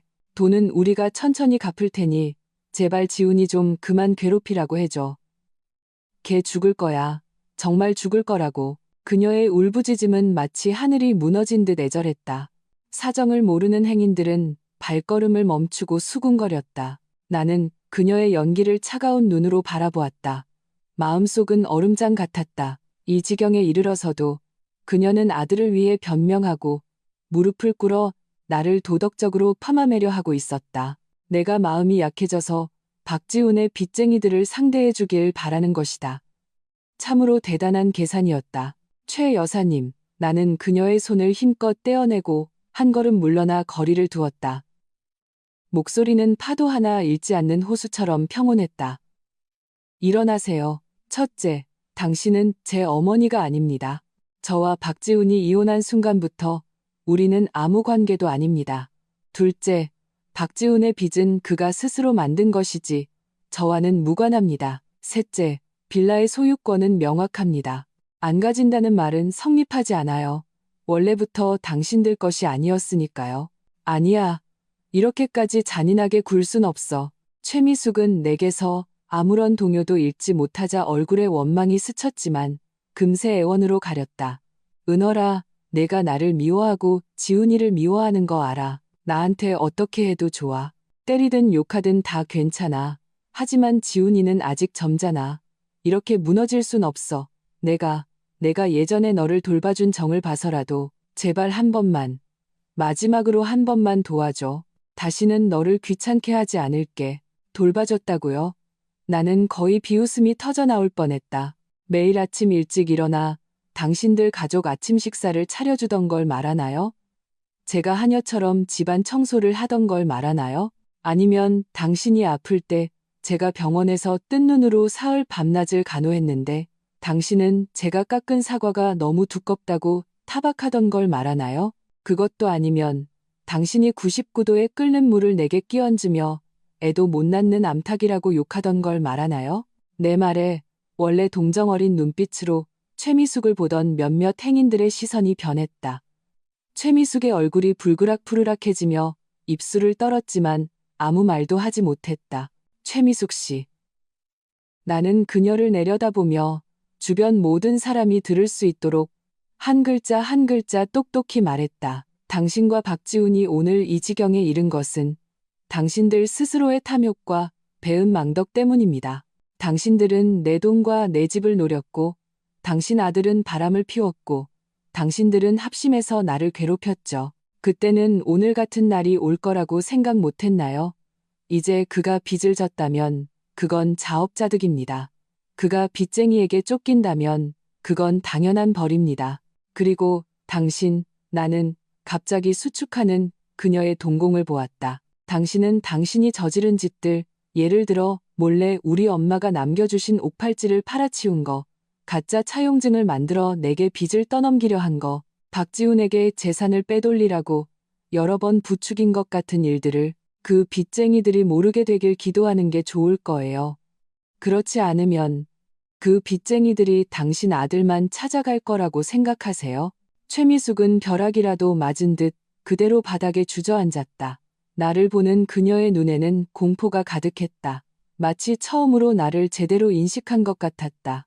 그녀는 무릎 꿇고 애원하면 내가 마음이 약해질 것이라 생각했겠지만 나는 더 이상 그녀가 마음대로 주무를 수 있는 사람이 아니라는 것을 몰랐을 것이다.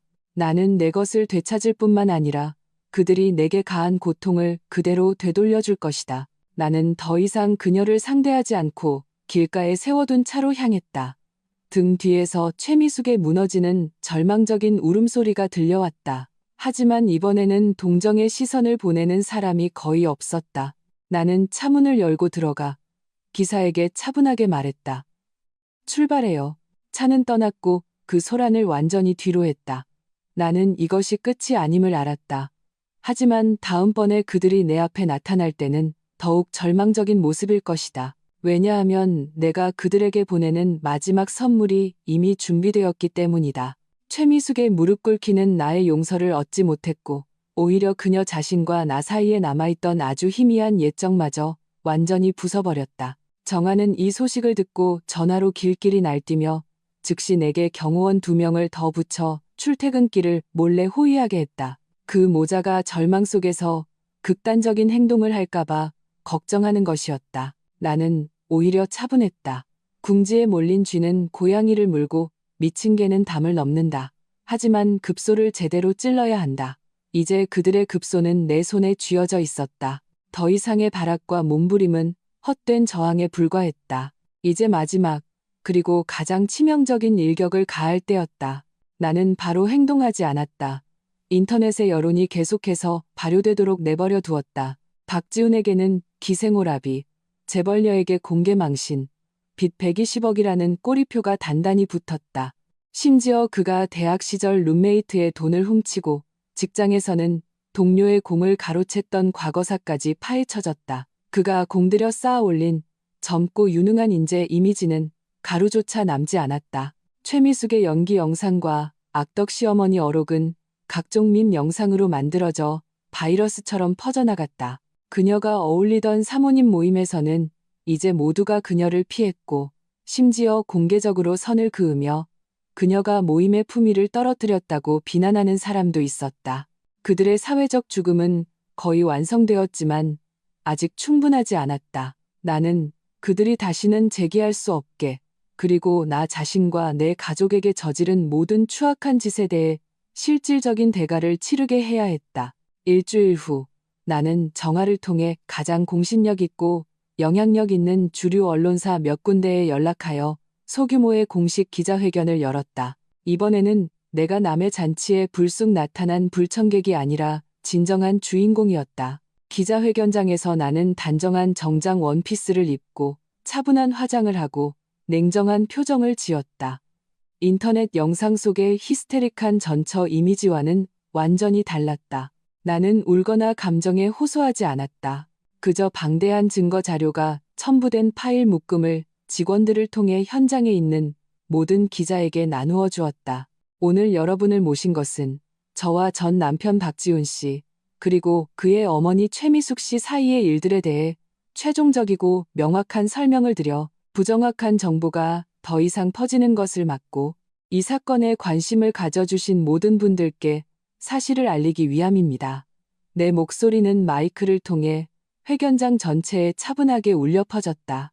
그리고 나는 그들에게 질문할 틈을 주지 않고 바로 뒤에 대형 스크린을 켰다. 스크린에는 증거들이 하나씩 명확하게 나타났다. 먼저 부동산 부분, 상세한 은행 거래 내역, 지급 증명서, 변호사 입회 증명서, 그리고 박지훈이 직접 누구 이름으로 하든 똑같아. 내 것이 곧 자기 것이야라고 말하는 녹음 파일. 이것은 오래전 가족 대화 중에 내가 우연히 녹음해 둔 것이었다. 이로써 빌라가 전적으로 내 자금으로 구매되었다는 사실이 명백해졌다. 다음은 경제 부분. 박지훈이 암호화폐 투자로 거액을 잃고 명품을 사기 위해 대출을 받은 기록뿐만 아니라 더 충격적인 것은 그가 최미숙과 공모하여 여러 차례 빚을 위조하고 내게 공동으로 또는 단독으로 책임을 지우려 했던 대화 기록과 위조 문서, 스캔본이었다. 그중 한 위조 차용증의 금액은 50억 원에 달했고 채권자는 놀랍게도 최미숙의 먼 친척이었다.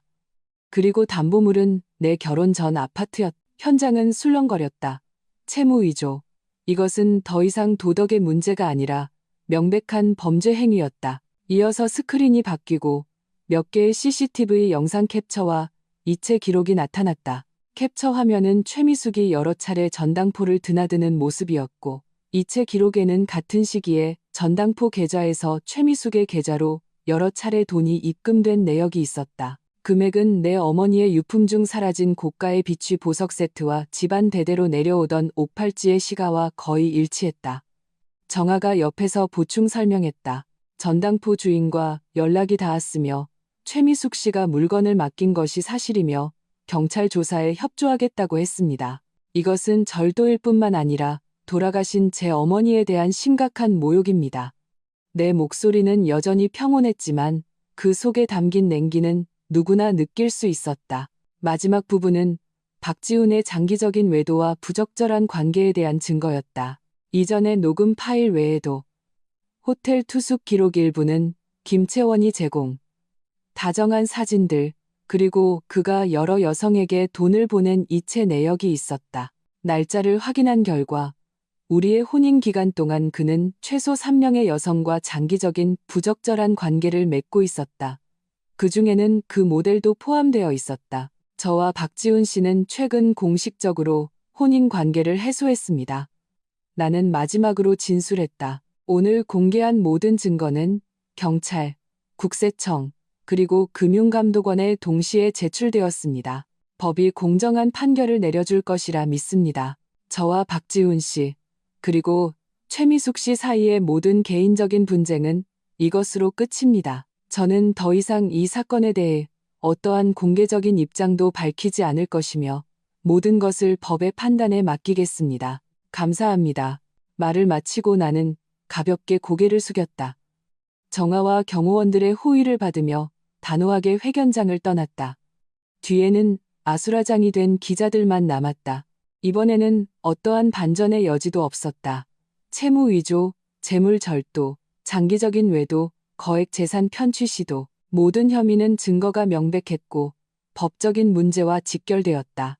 박지훈과 최미숙이 마주할 것은 더 이상 사회적 죽음만이 아니라 법의 심판이었다. 기자회견 내용은 마치 끓는 기름에 던져진 얼음물처럼 순식간에 인터넷을 폭발시켰다. 이전까지가 도덕적 비난이었다면 이제는 전국적인 분노와 함께 엄벌을 요구하는 목소리가 파도처럼 일었다. 박지훈과 최미숙의 이름은 인간 쓰레기, 악독함과 같은 단어와 완전히 동의어가 되었다. 나는 휴대폰을 끄고 더 이상 그 소란에 신경 쓰지 않았다. 경찰이 곧 그들을 찾아갈 것을 알았다.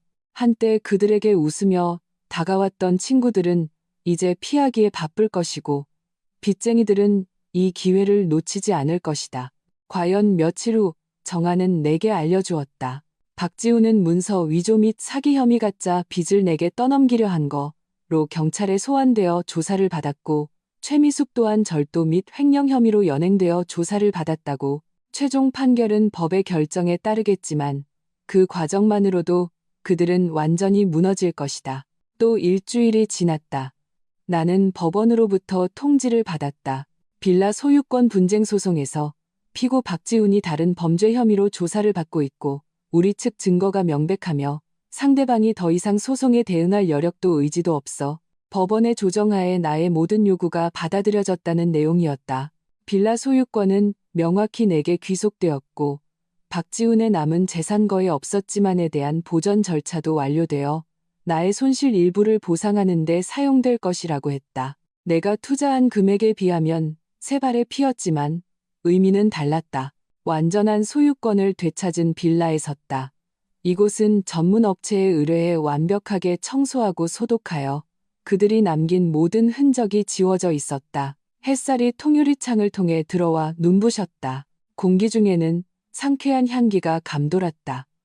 더 이상 최미숙의 싸구려 향 냄새와 박지훈의 콜론 냄새가 섞인 역겨운 향은 나지 않았다.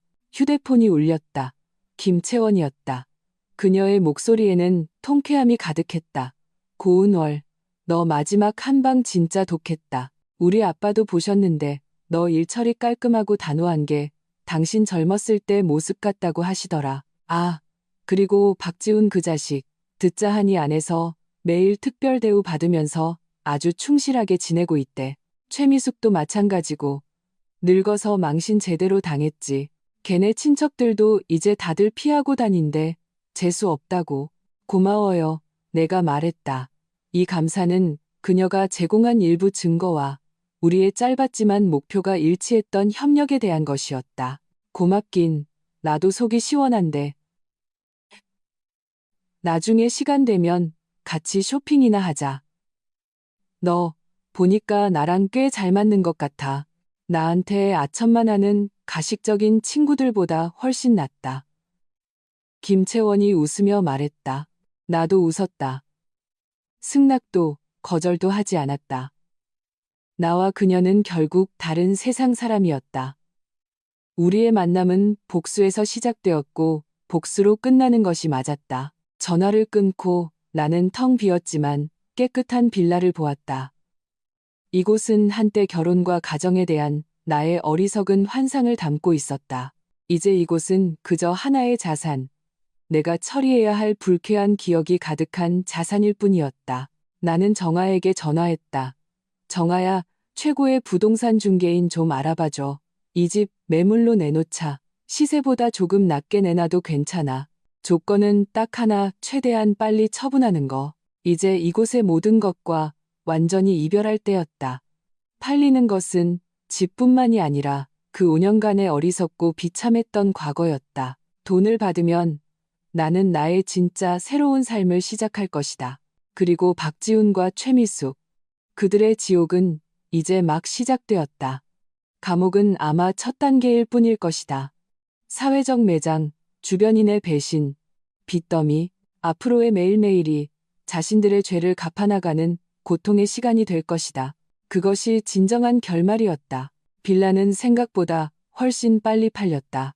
온 도시를 떠들썩하게 했던 소송 덕분에 유명해졌기 때문인지 아니면 내가 제시한 가격이 매력적이었기 때문인지 매물로 내놓은 지 2주도 안 되어 자녀의 신혼집을 구하던 집에 얽힌 이야기에 크게 개의치 않는 한 사업가가 시원하게 전액 현금으로 매입했다. 매매 대금이 들어온 순간 통장 잔고의 숫자가 늘어나는 것이 가져다 준 것은 환희가 아니라 모든 것이 마무리되었다는 안도감이었다. 나는 그 돈의 일부와 기존의 저축을 합쳐 도심 속 조용한 고급 아파트 단지에 전망 좋은 대형 평수를 전액 현금으로 구입했다. 인테리어는 전적으로 내 취향에 맞춰 미니멀하고 밝게 꾸몄다.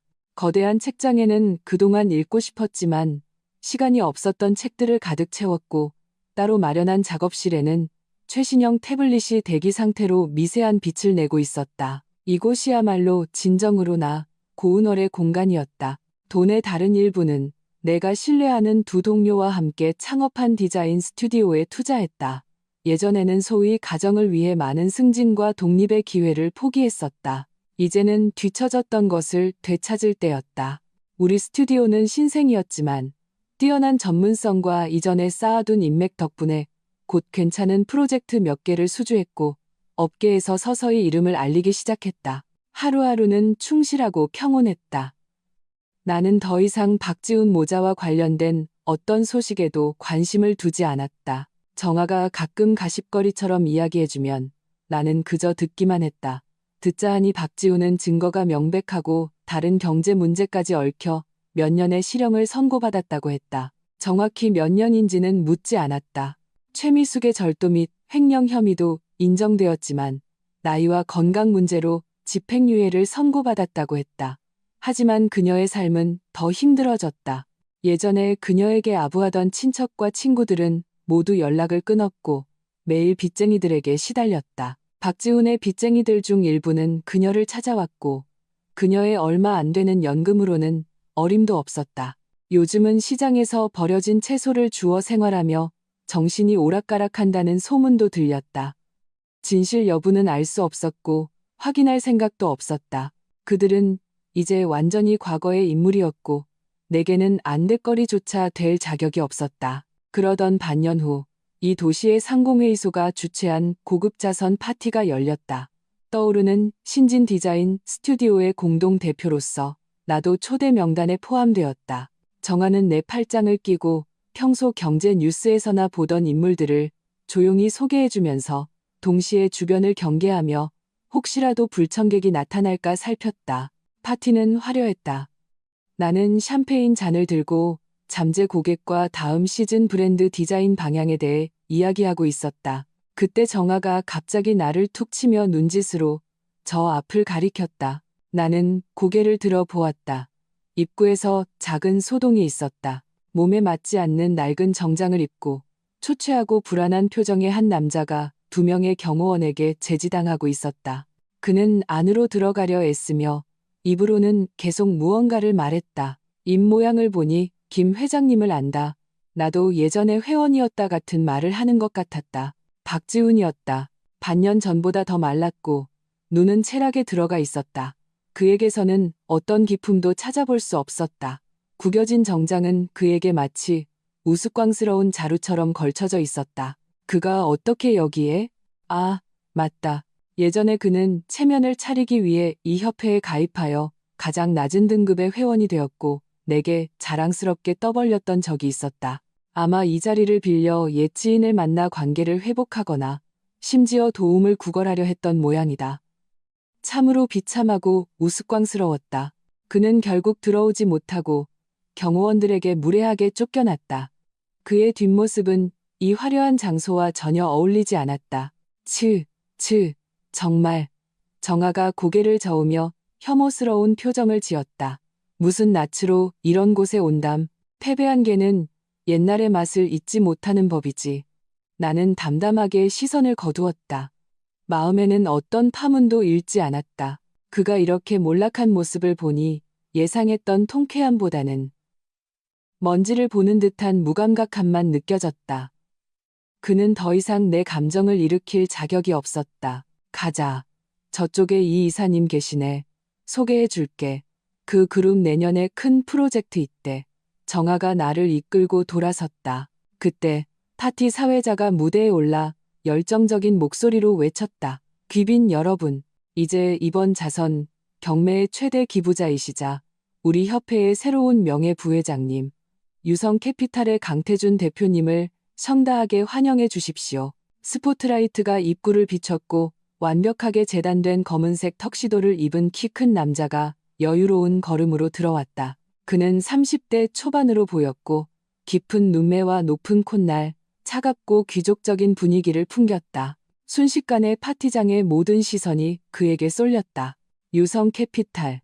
최근 몇 년간 혜성처럼 등장한 신생 투자사로 투자 안목이 정확하고 날카롭기로 유명했다. 총수인 강태준은 특히 신비주의로 알려져 있었는데 오늘 이곳에 나타날 줄은 몰랐다. 강태준은 간결하게 축사를 했다. 말은 정제되었고 태도는 기품이 있었다. 축사가 끝나자 그는 사람들에게 둘러싸였다. 내가 시선을 돌리려 할 때 그는 무언가를 감지한 듯 사람들 사이를 뚫고 정확하게 내게 시선을 고정했다. 그 시선은 고요하고 깊었으며 쉽게 알아차리기 힘든 심사와 탐색의 기운이 섞여 있었다. 나는 살짝 놀라 예의상잔을 들어 그에게 인사했다. 그도 거의 알아차릴 수 없을 정도로 고개를 까딱이며 화답하고는 곧 더 많은 사람들에게 둘러싸였다. 와, 저 사람이 강태준이구나. 잡지에서 본 것보다 훨씬 잘생겼네. 정아가 작게 감탄했다. 이내 팔꿈치로 나를 툭 치며 윙크했다. 은어라, 방금 우리 쪽 본 거 맞지? 아니, 널 본 것 같은데. 쓸데없는 소리 마. 그냥 우연히 시선이 마주친 거겠지. 나는 개의치 않고 웃으며 남은 샴페인을 마셨다. 강태준 같은 인물은 내 세상과는 너무 멀었다. 지금의 나에게는 사랑하는 일이 있고 독립적이고 안정적인 생활이 있으며 믿을 수 있는 친구가 있다. 내면은 충실하고 평온했다. 남자, 특히 너무 빛나고 복잡한 남자는 이미 내 인생 계획에 없었다. 파티가 경매 순서로 접어들었고 나는 유명하지는 않지만 스타일이 마음에 드는 신인 화가의 작품 하나를 낙찰받았다. 작은 마음을 보탠 셈이었다. 파티를 떠날 때 호텔 로비에서 나는 다시 한번 강태준을 보았다. 그는 협회장과 대화를 나누며 떠날 준비를 하는 듯했다. 우리의 시선이 다시 짧게 마주쳤고 그는 나를 향해 가볍게 고개를 끄덕였다. 나도 예의 바르게 화답하고는 정아와 웃으며 문 밖에서 기다리는 차로 향했다. 밤은 깊었고 가로등은 찬란했다. 초가을의 서늘한 밤바람이 얼굴을 스쳤지만 상쾌하고 기분 좋았다. 앞으로 계획은? 정아가 물었다. 스튜디오에서 해외 프로젝트를 맡아서 다음 주에 파리로 한 달간 출장가. 마침 나가서 영감도 좀 얻고 오려고. 나는 차문을 열고 들어가며 말했다. 차는 부드럽게 빛의 강 속으로 합류했다. 백미러 속의 화려한 호텔이 점점 멀어졌다. 나는 알고 있었다. 그곳에는 여전히 어둠 속에서 상처를 핥는 패배자가 있고 스포트라이트 아래 서 있는 빛나는 자도 있다. 하지만 그 모든 것은 더 이상 나와 상관없었다. 나의 과거는 완전히 청산되었고 나의 미래는 이제 막 펼쳐지기 시작했다. 붓은 내 손에 쥐어져 있다. 앞으로 어떤 사람을 만나고 어떤 일이 일어날지 나는 거부하지도 억지로 구하지도 않을 것이다. 이 밤바람처럼 올 때 오고 갈 때 가는 것이다. 내가 유일하게 확신하는 것은 앞에 무엇이 있든 나는 여유롭고 멋지게 걸어갈 것이라는 점이다. 왜냐하면 나는 고운 어리니까. 불 속에서 다시 태어나 오직 나 자신만을 위한 고운 어리니까.